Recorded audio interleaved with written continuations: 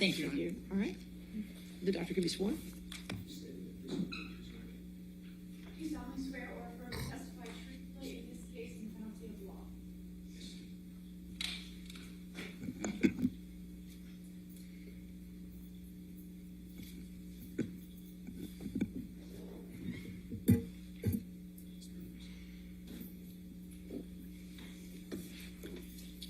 Thank you, Your Honor. Will you please tell the jury your full name and business address? David R. Spiegel. I'm a physician. I work at 825 Fairfax Avenue in Norfolk, Virginia, as part of the Eastern Virginia Medical School. And what is your occupation? I'm a physician-psychiatrist. And where do you work? Do you work at? I work at Eastern Virginia. I'm employed by Eastern Virginia Medical School, but I also work at Norfolk General Hospital, which is the teaching hospital in Norfolk. How many years have you been practicing as a psychiatrist? I entered residency in 1989. I graduated residency in 1993. So from 1993 to today, I've been physician practicing. So that's almost 30 That's years? 30 years, yeah. Okay, thank you. Please describe for the jury the nature of your clinical practice. So my clinical practice is comprised of both inpatient care at Norfolk General Hospital, as well as my outpatient practice at Eastern Virginia Medical School. About 85 to 90% of my day is clinical between the two components. And what is involved in a comprehensive evaluation? So in a comprehensive evaluation, in addition to reviewing the historical information that you receive from collateral other sources, you undertake a history from the patient. You get, whether it's the history of current illness, the past psychiatric history, family history, social history, legal, substance history. Then you do what's called a mental status exam, which is the psychiatric version of the physical exam, where you're actually giving a description of what you see in front of you. Then you can do cognitive testing, which tests the patient memory, attention, concentration, etc. Then you come up with a working and a differential diagnosis, describe any other additional testing you may need or not need, and then you come up with a treatment plan. How many patients have you treated over the 30 years? Quite a lot, probably in the tens of thousands. And how many patients do you regularly see? So inpatient is generally about 5 to 8, sometimes more. Outpatients probably 5 to 6, sometimes more. I should point out that my inpatient work is divided between consultation, psychiatry, and I believe we're going to talk about that, as well as working on the inpatient service. So I believe we will talk about that. What, if any, differences are there on how many patients you see on weekends as opposed to weekdays? So when I'm on call, which is on either a Saturday or a Sunday meeting, I have to be in the hospital and around. That's probably an additional 35 plus patients. How frequently do you treat patients who abuse drugs and alcohol? Unfortunately, drugs and alcohol are part of psychiatric practice. And so probably 3/4 of my patients have substance abuse problems. Does this include both legal and illegal drugs? Yes. Put them both together, probably 75%. And how frequently do you treat patients who have suffered from someone in their lives who abuses alcohol and drugs? On a regular basis, like I said, on a daily basis. This is part of what psychiatry is. Okay. And as part of that treatment of patients who abuse drugs and alcohol, do you evaluate the impact of the abuse on their brains and personal interactions with others?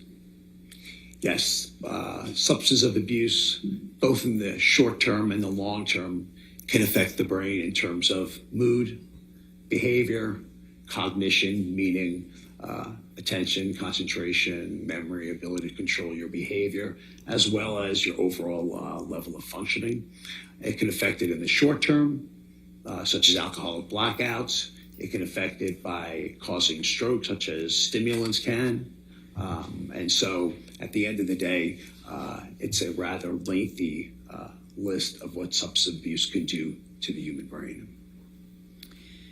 Dr. Spiegel, how frequently have you treated patients who have suffered intimate partner violence?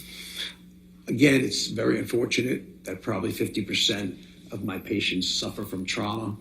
If I had to guess of those 50%, probably 25% of my practice is people who have suffered intimate partner violence.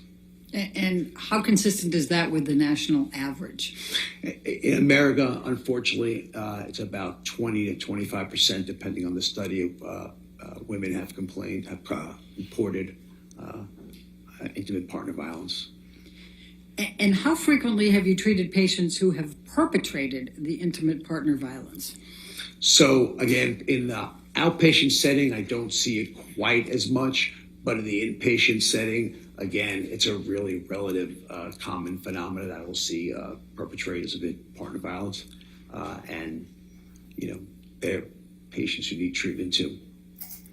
And overall, how many patients have you treated who have been perpetrators of intimate partner violence? Perpetrators? Yes. Probably 5 to 10% of the patients I do is perpetrators. And would you say tens of thousands over the 30 years? Yes, and leading. Overall. Thank you. As part of treating patients relating to intimate partner violence, do you regularly evaluate these patients? Do I regularly evaluate the patient? Evaluate the patient, yes. Oh, yes. Yes, regularly. I mean, they do get the same comprehensive evaluation that I described before. Are you licensed in Virginia? Yes, I am. And when did you first become licensed in Virginia? 1993. Have you been qualified by courts as an expert witness? Yes, I have. In how many states have you been qualified as an expert? 3, which would be Virginia, Maryland, and South Carolina. Dr. Spiegel, can you please review for the jury your educational background, beginning with your undergraduate studies? So I went to Duke University undergrad. I went to medical school at the State University of New York Health Science Center in Brooklyn, formerly known as Downstate Medical Center. I did my internship and residency between Dartmouth Hitchcock Medical Center and Penn State Hershey Medical Center. And I'm also fellowship board certified in consultation liaison psychiatry. Okay.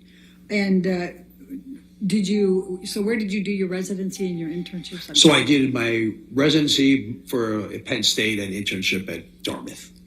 Okay. And what is your current title and position? So I am the acting chair, endowed chair, and professor in the Department of Psychiatry and Behavioral Sciences at Eastern Virginia Medical School. Are you board certified? Yes, I am. And what are you board certified in? General adult psychiatry and consultation liaison psychiatry is a subspecialty. Okay. So you have 2 board certifications. Yes. Okay. Can you explain to the jury what's involved in board certifications in those 2 fields? So board certification is the standard we strive to in being a physician or any other mental health practitioner. It involves taking a very comprehensive test at the beginning of your career to initiate board certification. Then you get tested again every 10 years. Then you have to go through continual medical education throughout the entire period. You have to do what's called performance in practice, which is basically ways to improve things in your practice. And again, this occurs always throughout the years. Okay. Now, are you a member of any professional organizations?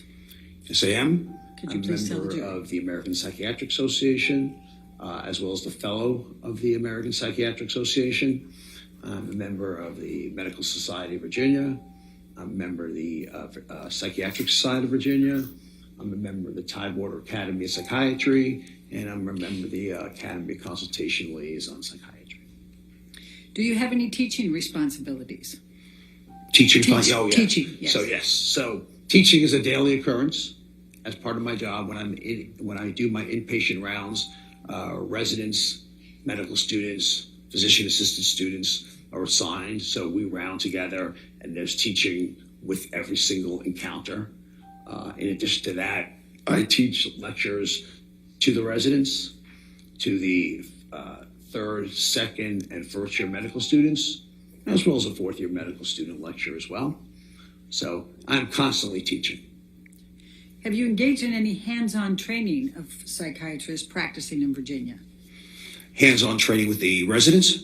With psychiatrists? Oh, yeah. So, again, I'm teaching at bedside. I mean, we don't speak in front of the patient, obviously, but I'm teaching at bedside, meaning after we see a patient, we discuss the important points to learn. And again, that includes residents at every level. That includes medical students, third, second, and first year physician assistant students. So every day is a teaching explanation session to the students and residents. What is your role at Eastern Virginia Medical School as the acting chair? Please tell the jury what that means. So as the acting chair, you are not only accountable for your own practice, but you are accountable for your faculty members' practices. So I have to make sure that everyone is treating, seeing, evaluating a certain number of patients. I have responsible for their academic requirements. So in terms of publishing, et cetera, I'm responsible for their teaching assignments to other residents, to other students. I'm responsible for fiscally that they are accountable to their fiscal productivity. So, and a heck of a lot of other administrative meetings that I go to. Have you published in your field? To the tune of about 80 manuscripts, and I have my own book on catatonia and the consultation liaison setting. I have a book chapter on the current and current and contemporary approaches to temporomandibular disease, at least the psychiatric portion. I'm also in a dissociative identity disorders chapter on a wiki book. And have you peer-reviewed literature? Yes, so I'm a reviewer I've served as a reviewer on Lancet. I've served as a reviewer as Innovations in Clinical Neuroscience. I've served on reviewer for Clinical Neuropharmacology, and I'm actually editor-in-chief at this point, of Clinical Neuropharmacology. Have you lectured on the effects of drugs and alcohol on the human brain? Yes, I teach to the residents. I teach lecture to the second year medical students, third year medical students. So I am fully aware of not only what I teach, but what I see in the emergency room and the consultation and inpatient settings. Have you published and lectured on the causes and effects of intimate partner abuse? Yes, I punctured, I believe, 2 articles on the effects of trauma, and in that trauma was intimate partner violence. Are you familiar with the hallmarks of intimate partner violence? Yes. Are you familiar with what causes intimate partner violence? One more, excuse me? What causes intimate partner violence? There's a multiple explanation that causes intimate partner violence. And can I just mention at this point, too, that when we are discussing intimate partner violence, I think it's imperative for the jury to know we are talking about repetitive behavior over periods of time. And the type of abuse can be any physical, psychological, sexual, but just as important is for one of the partners to maintain some uneven element of control, or to maintain power, control, or authority. So there are a lot of facets to intimate partner violence. I know people tend to think of it as just the actual abuse act, but there's more to it than just the actual abuse act. Abuse act's important, but it's not the sole thing. Your Honor, I move to qualify Dr. Spiegel as an expert in the field of psychiatry and behavioral sciences with specific emphasis on drug and alcohol abuse, intimate partner violence, and the effect of these as they pertain to the issues in this case. All right, any objection? Yes, Your Honor. You wish to voir dire? I do. Okay. To his qualifications. His qualification. Okay, thank you.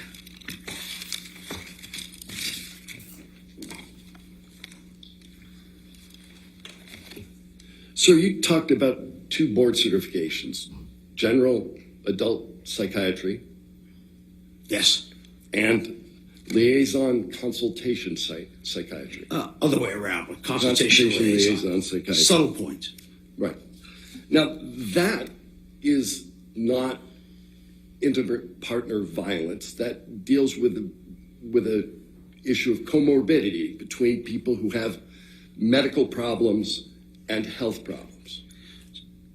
So you're saying subspecialty. Yes. So consultation liaison psychiatry does have that, but you're also treating patients who have medical illness, who have comorbid psychiatric illness, or people who have psychiatric illness that have comorbid medical illness. And many of the patients that I see on the trauma service have tried to take their own life. And unfortunately, as part of that, intimate partner violence and trauma in general is part and parcel of that. So it's very, very narrow to say it's just the medical psychiatric interface. It's much more of psychiatric patients who need medical help, medical patients who develop psychiatric problems, but also that interface. So, as a subset of your trauma patients, which you say are about 50% of your practice, as a subset of that practice, some people have been involved with intimate partner violence. So as a subset of my overall practice, 50% have suffered from trauma. About half of that number have suffered from, about 20, so it's about 20% that suffer from IP, intimate partner violence. All right. You've never conducted any empirical research on individuals who experienced intimate partner violence, have you, sir? If your definition is trials, is that what you're saying? Yes. Like pharmaceutical trials, or what are you saying? Is that what you're saying? Because I've done review articles on patients who suffered from trauma. So the answer is, I haven't done any studies like where you give them medication for treatment or try one treatment versus another. I've reviewed the body of literature on intimate partner.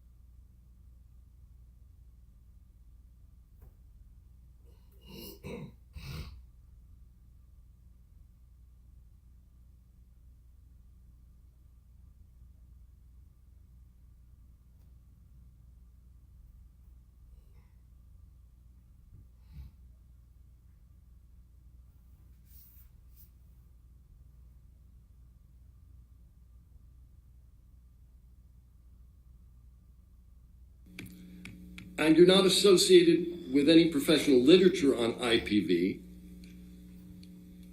I'm sorry, repeat the question, sir? Is there any professional literature that you've contributed to relative to IPV specifically as opposed to trauma generally? The answer to the question again, sir, is that you cannot separate this artificial separation you are trying to do between trauma and intimate partner violence. It is part and parcel of trauma. We don't thread it like that. Your Honor, plaintiff would accept this witness as an expert on general psychiatry, and with respect to the drug usage issues that Ms. Bredehoff referenced, but not with respect to IPV. All right, over objection, he's entered as an expert as stated on the record. All right, you may continue. Thank you. Very much, Your Honor. Dr. Spiegel, at our request, what have you reviewed in this case? And just go ahead and give me more So general. it's a lengthy review, but court filings, psychological testing that was done on Ms. Heard by both Dr. Hughes and Dr. Curry, other physicians' medical records, a physician note, Dr. Kipper, counselors and therapists that both parties and psychiatrists that they went to, text messages.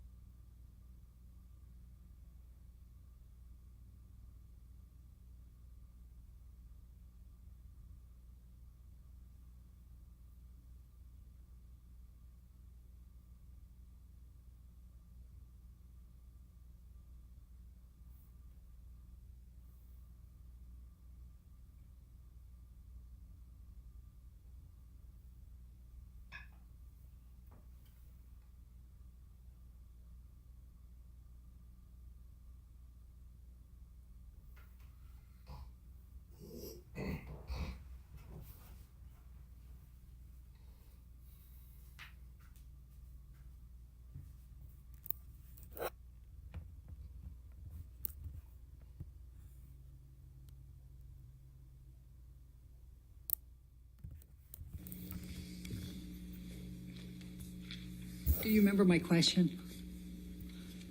Did you review the I reviewed deposition and testimony of Dr. Curry? Dr. Curry. Yes, I reviewed Dr. Yes, I'm sorry. And- Yes, so I reviewed testimony of Dr. Curry. I reviewed Dr. Curry's reports. I reviewed Dr. Curry's testimony. Okay, and what if, did you review the deposition and trial testimony of Dr. Hughes? Yes. Objection, Your Honor, beyond the scope of the disclosure.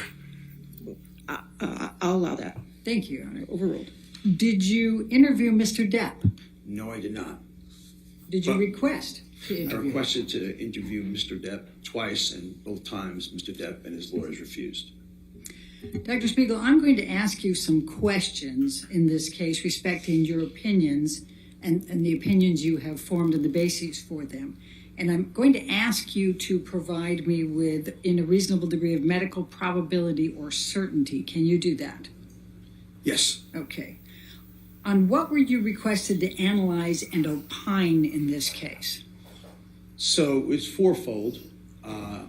One, I was asked to opine about the risk factors that are associated with intimate partner violence and behaviors that are shown, risk factors that are shown in intimate partner violence to be consistent with behaviors that Mr. Depp has demonstrated.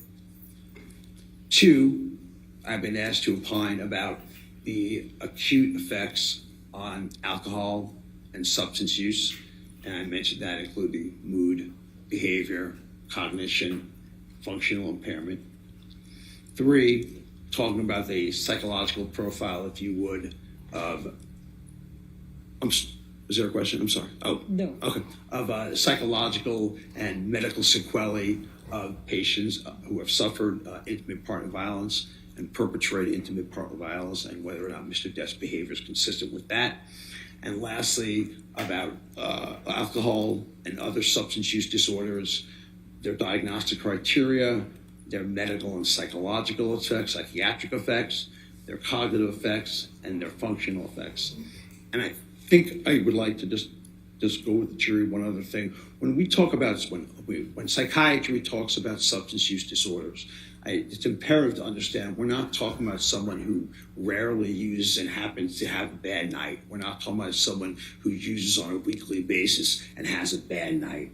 We're talking about repetitive patterns of behavior that meet a list of 11 criteria that can be deemed mild, moderate, or severe. Because I think people get confused when they hear the word substance abuse, that they think of, oh, I may have used this because I used it twice. There is a whole criteria of behavior and sequelae and consequences that go with a substance use disorder. I'm not just talking about someone who will occasionally smoke a joint or smokes a joint or snorts occasionally coke, okay, or has alcohol on weekends. So I really need to reiterate that, because I think when you look at psychiatric behavior, we tend to people look online and say, my gosh, I have all 7 of these, right? And they're reading it not quite the way the psychiatric literature is supposed to go. So please, when I'm talking about this, I need you to understand, one, that's what's going on. As I told you about intimate partner violence, it's horrible that anyone would strike anyone, okay? But again, we're talking about repetitive behaviors for means of control. Right. So that's real important to understand when you're moving forward. And I may say occasionally substance abuse, but what I'm referring to is substance Objection abuse. beyond the scope of the question. I don't. Sustained. Next question. Okay. Dr. Spiegel, could you please just summarize for the jury the conclusions you came to with your opinions, and then we'll take you through the specifics. So in my opinion, based on my a review of the evidence, based on my clinical experience, based on my publishing experience, based on my teaching experience, that Mr. Depp has behaviors that are consistent with both someone who has a substance use disorder as well as consistent behaviors for someone who's a perpetrator of intimate partner violence. Thank you. I'm going to start with the impact of drug and alcohol abuse over time. First of all, based upon your review of the record evidence, what type of drugs has Mr. Depp used? So Mr. Depp, and now again, I'm talking about use, we're talking about a substance use disorder here. We're not just talking about use, okay? So we're talking about alcohol, We are talking about amphetamines. We are talking about marijuana. We are talking about cocaine. We are talking about LSD. We are talking about ecstasy. We are talking about opiates. We are talking about prescription benzodiazepines. And we'll get into a separate thing about the abusability of Seroquel and or gabapentin and Oxycontin. And we are talking about much of the time concurrent use, meaning simultaneously. In your practice, do some patients suggest to you that drugs and alcohol actually help them? So I think it's patients who lack insight or are in the very early stages of recognizing they have a quote unquote problem will sometimes actually say that they have this medication actually calms me down. This medication makes me feel better. And in actuality, they may not acutely feel anything, but chronic and continual use will take its toll on the brain. So the answer is yes, but again, people who have substance use disorders have lack of insight and a lack of judgment about what's going on, and very poor moderators of their own behavior. Has Mr. Depp suggested, based on your review of the record evidence, that alcohol and drugs actually help him? Yes, in a review of the evidence, he has suggested that alcohol, Xanax, I'm in the list of medications, do help. Although I will also tell you on review of the evidence that there were at least 2 times I can remember that Mr. Depp was referring to at least short-lived periods of sobriety, and I cannot exactly tell you what that included. That both times he said that he functioned better and that he recognized that alcohol and drugs was at the root of his problems. Now, there's been testimony that Mr. Depp is quite charming, both off and on the drugs and the alcohol. What is your answer to that? So, again, let me put one thing clear here. I am not here to impeach Mr. Depp's acting skills or his persona. He has way greater skills than I do in that. What I'm here to say is talk about how drugs and alcohol affect what we all have in common. We're all human beings. We can all only get so much, take so much when something is going to happen. And that's what I see every day in the emergency room, on the consult service, on inpatient psychiatry. Bad things happen, not because of anything special, except we're all human beings and our brains, substance abuse, are not titrated. They're not regulated by the FDA. We don't know what we're getting. We don't know how much we're getting. There is no control over what makes it to our brain. So it is not the actor. It is not the persona, okay? It is a person just like the rest of us who are human beings who will have these effects. And that's what we all share in common. Everyone in this courtroom shares that in common.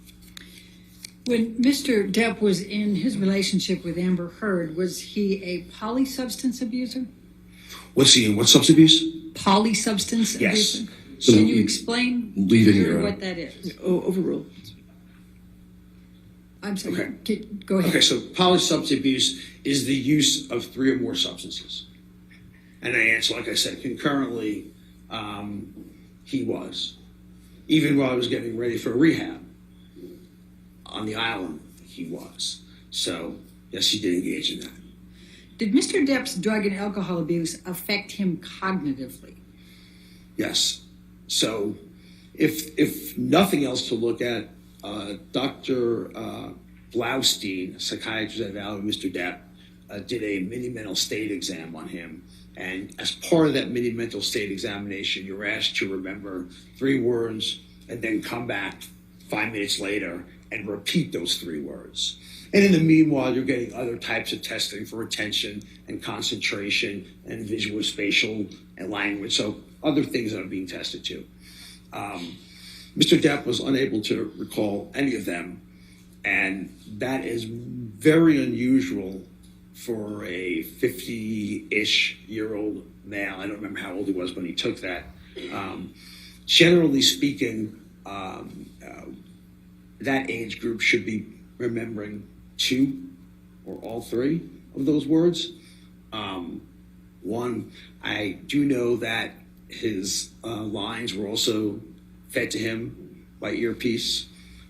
Again, affecting memory. I did see in video deposition about having to have questions. I don't want to say repeat as much as completely forgotten. So the answer is yes. And you know, any one of us who use alcohol and cocaine to that level of degree, and I'm talking about a severe level of substance use disorder, are going to have effects. It is inescapable because we all have brains that are malaffected by extensive substance use, and potentially sometimes less, but certainly what we're talking about here is extensive.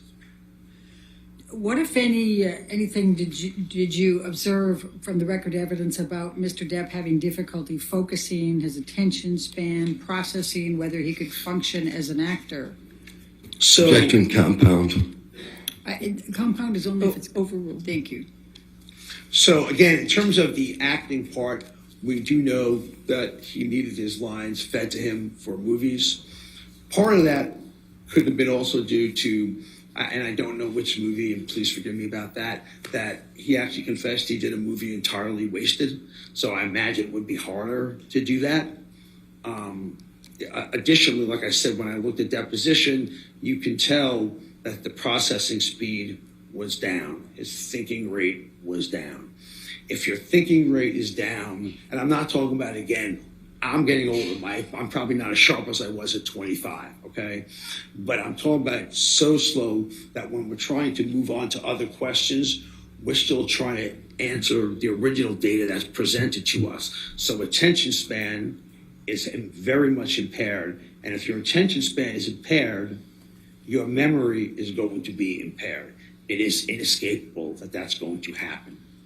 So all that comes into play there, and that's what I witnessed in the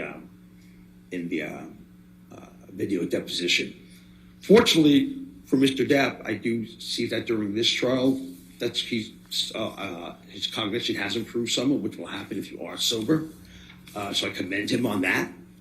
But again, I'm specifically referencing the time with Ms. Heard's and Mr. Depp's relationship. So we're talking about that. What, if any, observations from the record evidence did you have about Mr. Depp having alcoholic blackouts or foggy mind? Again, there were reported times where he would be essentially, quote unquote, passed out drunk. You saw pictures of him passed out drunk and not be able to remember what he did, which is, again, if you look at the record evidence, you will see that, and this is linking intimate partner violence and substance use together. I know we're going to get to that, which is basically if you have blackouts and you're using alcohol or using cocaine, it's going to be near impossible to remember what happened the night before. I don't think I'm the first person that's ever told you that alcohol can cause blackouts. And basically, alcohol decreases a brain chemical, glutamate, which is involved in memory formation. If it blocks that to an extensive degree, the individual cannot remember what happened because they didn't have enough time for their brain to process the memory. You need this brain chemical. So does alcoholic blackouts happen every time? No, of course not. But are they a complication of a use disorder? Absolutely yes. And there was record evidence of that. Dr. Spiegel, you said at one point alcohol and cocaine. Is it possible to have blackouts with alcohol and different types of substances? Yes. So my clinical experience, and I'll date it back within the last month, we had a patient who was using both, especially cocaine, and she had these kind of stroke-like lesions around the brain center known as the hippocampus, which is involved in memory formation. So Objection, relevance. Just giving an example. Overruled. Combining the two substances together increases the likelihood, even if you don't get what is a major stroke. And again, we think of a major stroke as someone who has speech difficulties and movement difficulties. There's a lot of different types of stroke that can just affect cognition. They don't necessarily have to have severe movement deficits or severe language deficits. They can solely affect you in terms of your cognitive symptoms. and actually known as a vascular neurocognitive disorder. So you need to understand, and that's part of the psychiatric diagnosis. You need to understand that you can have these insults, these lesions, these strokes, without demonstrating physical features. And at a minimal, we know that he was using both substances concurrently, and at a middle, we know he had cognitive issues that we talked about, or at least had some of them. Thank you, Dr. Spiegel. What, if any, correlation is there between domestic abuse, heavy alcohol abuse, and cognitive disorders? So, the risk factors, if you would, for intimate partner violence, okay, and there are probably many of them. I don't have time to go over all of them, but the ones in particular, characters in particular, are one, having someone in the relationship who is jealous or suspicious. Two, having someone who has a higher than average acceptance of violence ideations. Three, someone who has rapid and extreme mood shifts. Four, someone who has limited self-control. One of the roles of cognition, one of the roles of our brain, is to prevent inappropriate behaviors and acting out on thoughts. We all get angry at people. That's human. We all get angry at people. We all think things about people. The difference is when our brains are intact and working well, most of us don't act them out, okay? Most of us do not act them out. So that's because your frontal lobe and other parts of the brain are involved in making sure these negative thoughts don't get acted on, okay? So when you have the effects of alcohol acutely, it causes disinhibition, which means you are, by definition, losing control and having rapid mood swings. Two, you are affecting parts of the brain that are involved in what we call social processing cues. So you no longer can interpret what's in front of you that is, I would say, right or wrong, or what I should act on and what I shouldn't act on. So we act on them. Even though sober, and I've seen it with Mr. Depp's record evidence, I've seen it clinically. Sober, we can contain that. We can contain that.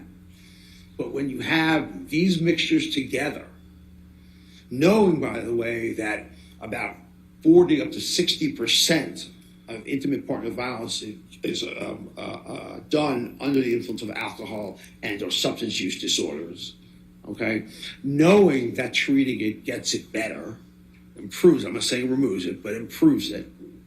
Hearing from Mr. Depp's own text to Dr. Kipper that he was better with that things are going better, will show you that given those confluence of factors, given them all lining up, the risk factors, combined with something that when any of us use to a certain amount, if we're novice at it, it'll be a lot less.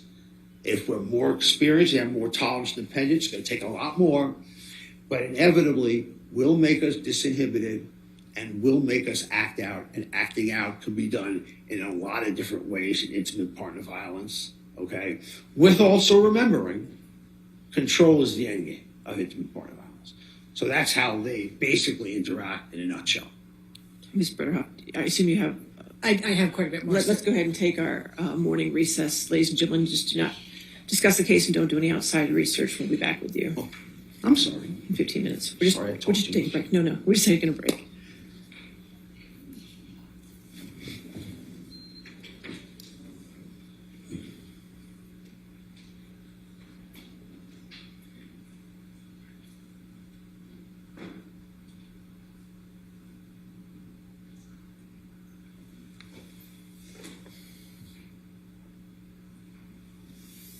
All right, let's just take a break till 11 then, and we'll come back at 11, okay? Thank you.